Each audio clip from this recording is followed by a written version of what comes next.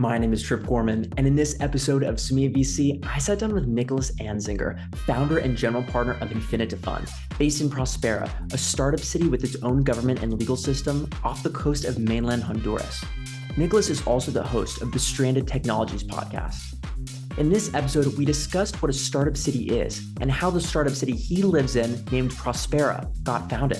We talked about what it's like to live in the startup city of Prospera in Honduras, as well as the challenges, problems, benefits, and future predictions. Niklas explained what are stranded technologies. He talked about what it's like being a digital nomad. And finally, he talked us through the process of founding Infinita Fund. We discussed all this and more in this episode of Semilla.VC. Niklas, could you start by telling the audience a bit more about your work history up to and including your current role at Infinita Fund?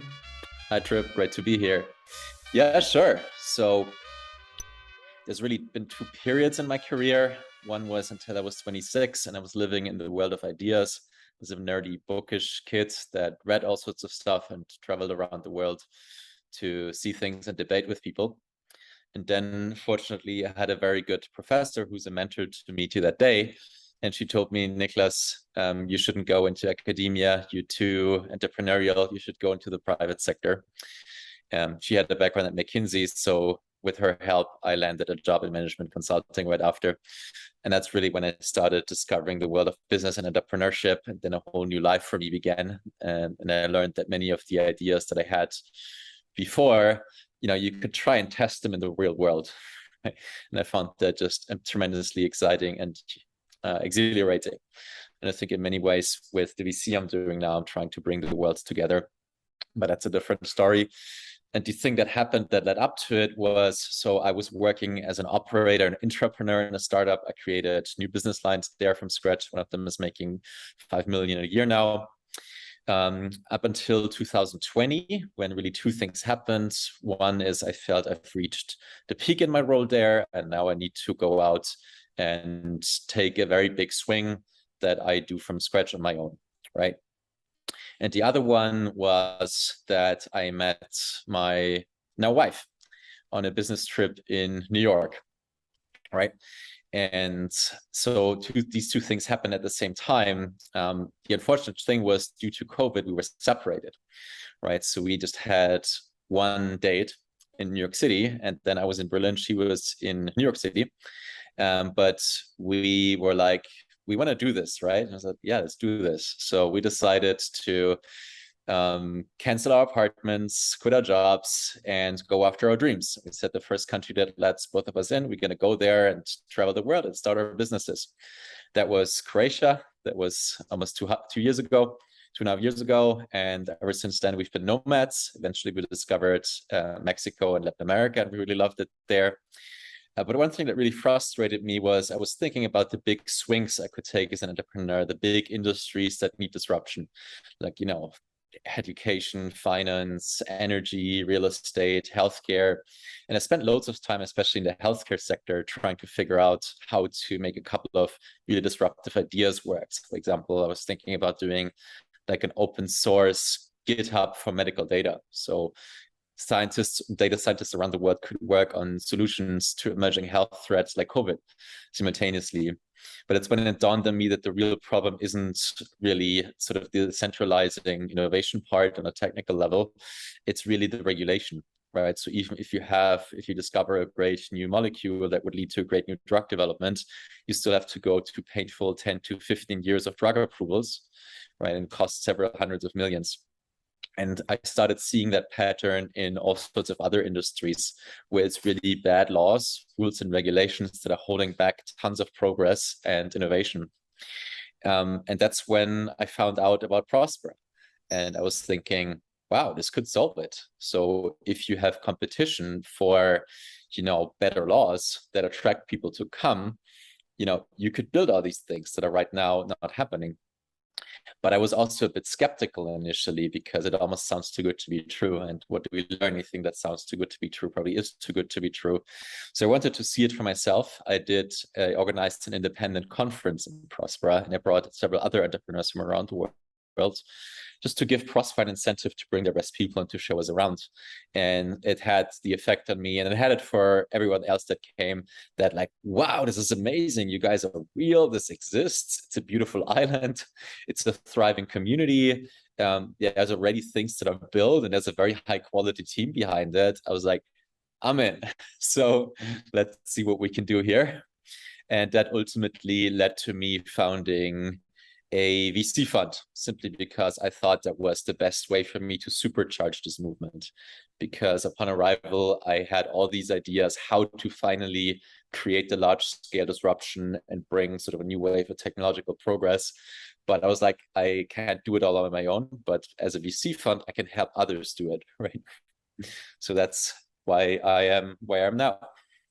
I love it. You mentioned why the project is so interesting to you. Could you tell us more about the project itself of Prospera? You mentioned it's this island that's off the coast of Honduras, and a lot of people maybe compare it to these other places like Liberland in Eastern Europe. What is it in your mind is the most important thing that people should really take away from it? And then you mentioned you were there right now. What is it like right now?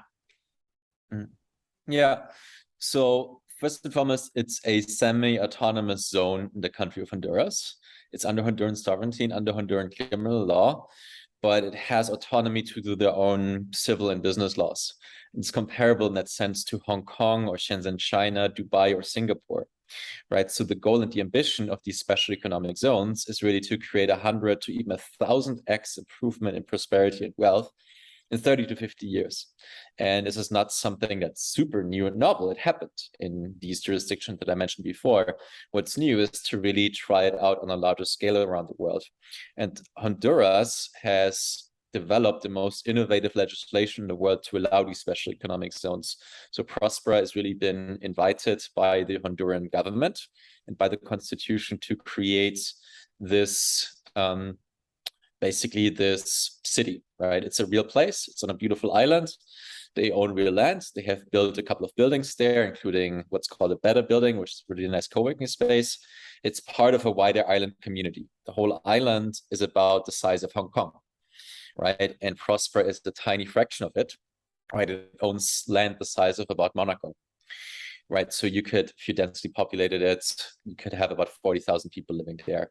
Right now, there's about probably next year, with finishing the residential tower, there's going to be 500 to 1,000 people living in Prospera physically. And there's 70,000 people that live on the whole island, right? So Prospera is part of a community. There's existing infrastructure.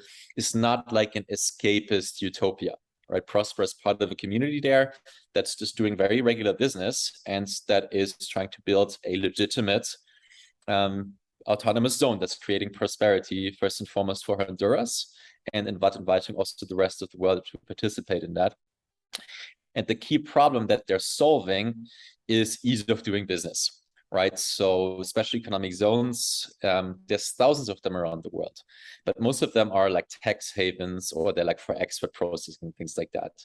That's not the big problem. The big problem is business regulation, right? So Prospera is trying to make doing business easier to set up a business, easier to be compliant, sort of providing governance services in an Estonia e-residency model, and having business regulations that are just simple and predictable and are not holding back innovation, but instead are letting innovation thrive while mitigating against the risks. So who are the other people living there right now? What sorts of industries are they working in? And then you mentioned you were part of like the larger community of the island. For what things do you have to leave? Like I saw there's a hospital, but the hospital's on the island, and you would have to leave Prospera to go still on the same island to the hospital. What things do you have to leave Prospera for, and who's living there? Well, I think the only thing I would leave Prospera for is just to have a bigger network, right? I like big cities. I like Mexico City, for example, where I spend a lot of time. I spend a lot of time or lived in Berlin, right? So if you want the big city vibe, if you want a lot of sort of culture, if you want sort of millions of people around you, it's better to go to a big city, right? That's something that's not there yet in Prospera. But other than that, it has great supermarkets. It has a good road infrastructure. The hospitals there are really well. The education system on the island, unfortunately, is to be improved. The waste management system is to be improved. But those are all things that Prospera is also working on.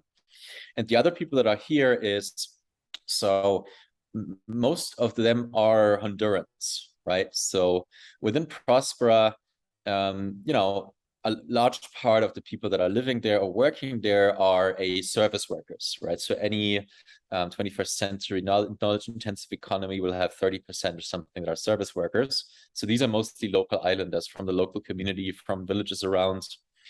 The other part is Hondurans from the mainland that are highly educated, that would often otherwise go to the United States or another country for better opportunities. In fact, Honduras is, I think, losing 3% of its population each year, but it might not be entirely accurate, but losing a lot of people, especially the most well-educated, because there's not a lot of opportunities for them in Honduras. Prospera is creating these opportunities for them, right, to instead go there where they find opportunity.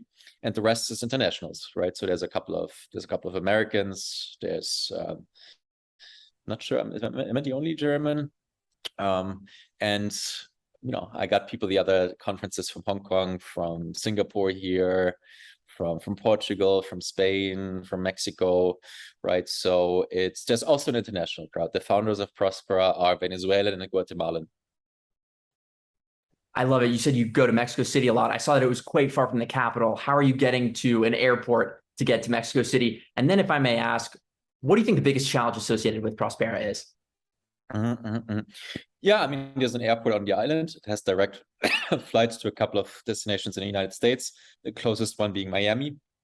The other one, Denver, although irregularly, Atlanta, Houston, and Dallas.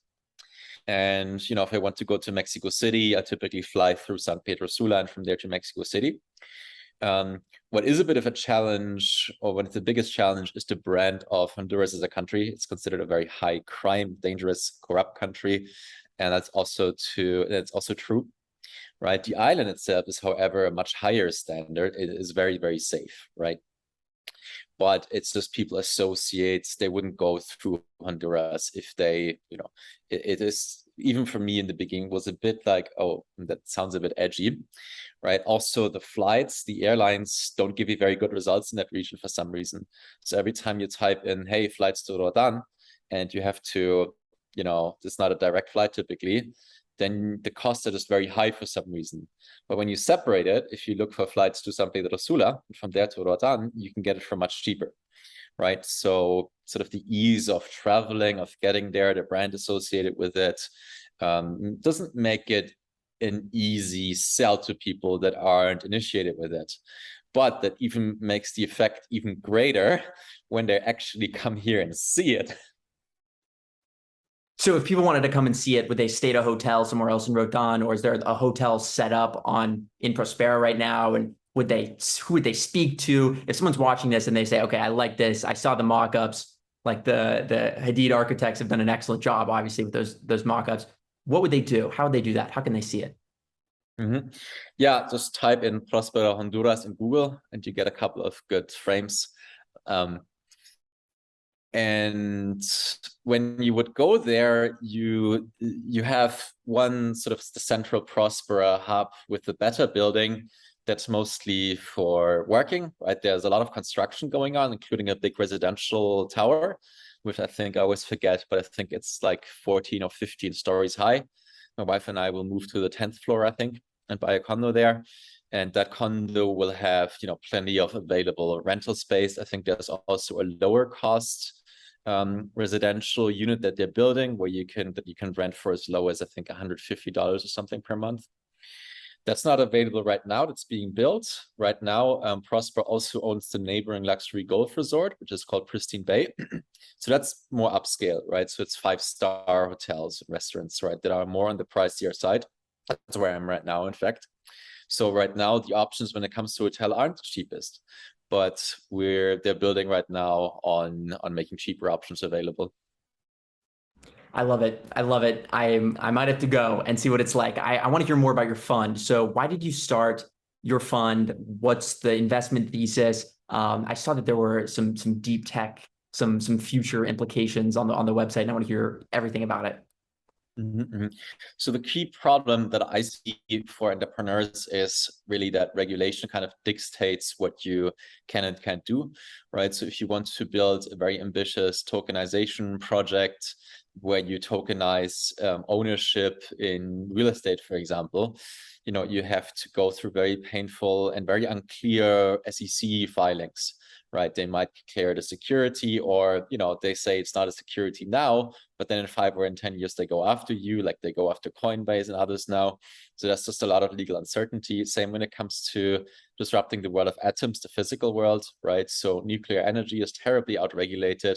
It's just atrocious that the United States regulator, airline safety regulator, does just not allow drones for commercial use, just like that, which is insane. You would have drones flying around anywhere to deliver goods, like in emergency situations, especially in very congested areas, like in Los Angeles, for example, where the streets are terribly overcrowded. So that's just a big problem. But entrepreneurs are instead going into areas that don't have these kinds of regulations. And that was for a long time software, increasingly for something like the metaverse, right? There's probably great things that will come out of that as well. But I find that a bit of a sad testimony sometimes to our inability to change the physical world into the things we want to see in the metaverse, right? So on a technical level, it's very well possible to build sort of the science fiction worlds of that many writers have been speculating about, the sort of multi-lane highways, cities that are on the seas, that are domed, that are aerostat, and like have amazing air quality and all that on clean energy. So all of that is really possible. So I think what it really thinks is for entrepreneurs to open a new frontier, to go to places that let them do this, even though at least in Prospera, it's only possible on a small scale, right? So, but with the movement expanding and growing, and I believe in a future with 10, 15, maybe even 50 Prospera grade full stack startup cities, right, that are all over the world. Some of them will be in Latin America, a lot of them will be in Africa and Asia, maybe 1 or 2 in the United States if they let it. It's really up to governments to allowing them. This is where you can have these innovation hubs and where we can unleash the sort of the innovation that's right now captured and hold back in other jurisdictions, and show just what's possible. By let people experimenting, let them build it. And I, as a VC fund, want to be on the forefront of that trend and supercharge that movement by kind of almost building like a network alliance between these emerging startup cities to make them help each other, create the best rules and regulations and environments for entrepreneurs, and help entrepreneurs to find which setup suits them best, both from a legal and a jurisdictional and from a physical perspective. Where can they do the things that they need to do? And so are you going to only invest in companies that are in these sort of startup cities, or will there be investments everywhere? Or is it, these two kind of overlapping theses of that you just mentioned? I mean, I'm just describing the general trend because of general solicitation rules, right? So I can't be super specific as to what I'm investing in. I think I can say that I want to supercharge this movement, right? So this means that kind of those companies can be inside or outside these actual boundaries or jurisdictions. It's ultimately up to them. Or another way I describe it is I want to help entrepreneurs break through regulatory bottlenecks. And startup cities are kind of a tool that helps them achieve that. Something I want to touch on that I thought was quite interesting is you mentioned that Honduras maybe as a whole has a certain reputation, and the island you're on has a different reputation from that. What do you think Americans get wrong about Latin America as a whole? Well, I can talk about it, but in the end, you just got to see it, right? So I was surprised at that myself when I went to Mexico City for the first time. It was perfectly safe. I could walk anywhere. It was insanely beautiful. Like the whole greenery all over the place, the trees that are sprouting and throwing the sidewalks away. The people are fantastically nice. The food is good. Things are so cheap and affordable. It's way cleaner than like New York City. And oh my God, I was shocked when I was in LA and in San Francisco, right? So yeah, I was joking the other day after I was spending time in San Francisco and LA and had several incidents with homeless men that were attacking people. I was like, oh, I'm going back to Guatemala for safety reasons. I love it. Because, so what people don't get about Latin America is, there is real safety issues in some places, but they're typically geographically confined. It's the same as saying Chicago is unsafe, which is true, right? It has a very high murder and crime rate. It had for a long time. I don't know how it is right now, but it's geographically confined. It's in the South side. It's the same in Latin America. And just inform yourself, ask people, find friends that can warn you explicitly where to go and not to go. There's extremely little, especially in Mexico. You can go almost anywhere. It's beautiful. It's so raw. It's a gem. It's so, oh my God, I discover so many new things all the time in Mexico City. So, you're just getting so much more for just simply your money and your time in many of these places than you would get in comparable safe places in the United States. I think it's really just a branding issue in many ways, and just people not having the experience or having ever made the leap to go to anywhere but Cancun, to like a confined resort, something like that. How do you feel about the connection piece? You mentioned you wanted to go nomad, and you're certainly in a place that's a contrarian choice when you also mentioned places like even Mexico City would not be too contrarian in 2022. How do you feel about balancing both being contrarian and then also like keeping ties with people who you know and love and want to have relationships with at work and otherwise, but maybe aren't as contrarian and don't want to live on an island in Honduras? Well, contrarian is good. That's kind of in my nature. It speaks also to that idea phase that I had before I went into business. I think in business is also an advantage. It means you think of things that others aren't thinking of, and you see advantages that others don't see. For example, it's one of these unfair insights. I have spent more time with my family and with some of my best friends than before as a nomad. Why is that? Because, over Christmas or Thanksgiving or whatever, we just go back to our families. And instead of just doing it for a short trip, we spend like 2 or 3 or 4 weeks there, because we don't have anywhere else to go where we pay rent. Sort of that additional flexibility makes it more possible for us to build friendships in places that we haven't spent as much time in before, right? So, and what happens really when you stay in a place for very long and live there, you don't seeing your friends all the time as much as you like, right? It's a bit like buying that apartment with sort of thinking about, the guest room and the big kitchen where you want to host dinners for everyone all the time, and then you do it like 2 or 3 times a year. Very interesting take. I'd love to hear more about the podcast. Could you tell us more about the Stranded Technologies podcast? Yeah, so stranded technologies is really a term that I came up with, even though I Googled it recently, and other people in Australia especially have used it in the same context. But the point is kind of to describe analogously to stranded assets, which describes kind of assets that are underutilized or not used, or for some reason, often they mean buildings by that. And with technologies, I really mean they're held back by overregulation, bureaucracy, or red tape, right? So that's not the only reason that technologies can be stranded. They can also be superseded because, there's better technologies, or they just don't fail to attract market demand, or they're uneconomical, right? But I'm really specifically on those kind of technologies that are stranded because of overregulation and bad governance, right? There's this fantastic book, and I had him on my podcast recently, will be released next Tuesday. Check out the Stranded Technology podcast. Jay Storrs Hall, who wrote a book, Where's My Flying Car?, who's actually describing the technical and regulatory history behind why we don't have a flying car today, right? It's not just metaphorical. He said very seriously, we could have flying cars today when it comes to the technology, but because of several choices we made in society and regulation and other things, we don't have it. Right, so that encapsulates the whole thesis. And there's loads of other things out there like nanotech, biotechnology. There's things that you don't think about that are holding back innovation, like intellectual property laws, patent and copyright. I just had a very interesting episode about that. And as soon as I just formulated and thought about that thesis and invited guests, I just learned so much more from all angles and from all sides. So it's grown bigger in my mind, at least, than I initially thought. There's just really so much out there that we could have, and that's what the podcast is all about. And also to add that, I don't want to just reminisce and criticize or whatever. Like sometimes some entrepreneurs that I talk to tell, like, Niklass, yeah, but what do we do now, right? How do we solve it? And that's, so the podcast is also about that. It's aimed to help entrepreneurs discover some of these insights that are not immediately obvious. Hey, there's this regulation that forbids this, but there's this that actually could allow you to do it that way, right? So I just want to transmit some of these ideas to people and show them that things are possible that they thought weren't possible.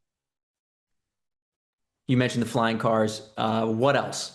Could you give one other example? Because I think this is very interesting. And I think I want to give a little more people information so they can grab onto it and really just dive into that podcast. What's one more story? Because I think they're all quite interesting. I think one of the most important ones is nuclear energy, right? So we could have 80 to 90% of our energy system on advanced nuclear right now, which is even more safe than the original traditional nuclear power, which is already very safe. It's entirely clean, and we could run our entire economies just on more power, which would also enable us to create much more powerful nanotechnology, would create a much more powerful construction, building materials and things like that. So that's really the biggest one, because so many other are built on top. One other big one is education. We're spending trillions of dollars on a system that makes it hard for new private solutions to compete and improve on, right? And we're locking people into a system that's that's really badly designed for making people thrive. It's actually holding them artificially long in an education system where they don't learn much. Almost everyone has the same experience, that after university they have to learn things from scratch on the job, right? But that's a whole nother topic. The third one may be cities and governance as a whole, right? So creating new cities is a lost art, right? I mean, there was an age where there were cities created all the time, and there is no such thing, or it's an improvement in governance really over time, and in leadership, and in creating better rules. So these are really the fundamental technologies that others are built on. I think it's impossible to hear you speak about that and Prospera and not get excited about what can happen in the future. I understand what you say about, maybe reminiscing in the past, but I'm definitely excited and looking about the future. Speaking about the present, I have to ask Peter Thiel's famous contrarian question, but with a uniquely Semilla.VC twist. What important truth about, I'll throw this in here. What important truth about Prospera or Latin America do very few people agree with you on? Yeah, I tried to summarize it in kind of just one statement that I think is wrong, where everyone thinks that it's right. It's, the saying that those who don't know history are bound to repeat it. And I think almost the opposite is true. I say almost deliberately. It's not, but it's more like that knowing history or too much history makes you repeat it, because it destroys your imagination. It makes you think like Latin America is this backwater and the developed world in the United States is up there, and you think things are not possible the way they are there. But in reality, Argentina has been one of the wealthiest countries in the early 20th century. So there's no reason that Latin America is held back, or, there's this sort of fate of history. Right. And I also think just in the area of technology, there's many things possible that aren't possible in the United States. In Mexico, for example, I got the best healthcare, right? Healthcare and education are so badly run in the United States and in much of the developed world. They're irreparably damaged, and we need to almost rebuild them from scratch. And in Latin America, some of these sectors are way less regulated. You have a much larger private sector, private clinics, which is the reason why I got such good out-of-pocket healthcare in Mexico. It was much higher quality than I've ever gotten, right? So, the innovation and technology is nowadays more horizontal than it was before. So the scientific and technological breakthroughs for the future can come from Latin America, from anywhere, right? I mean, there are barriers, there are limitations. I'm not saying it's all wrong. I'm just saying, it's possible to overcome it now. So don't feel like bound or locked by history. Look towards the future. Look towards the future. What a great answer. Niklass, thank you so much for taking the time to come on the Semilla.VC podcast today. Thank you, Trip. It was my pleasure. Thank you for watching this episode of Semilla.VC. My name is Trip Gorman. Don't forget to like and subscribe wherever you view the podcast. And don't forget to check out our newsletter, Dealflow LA, which can be found by going to dealflow.la.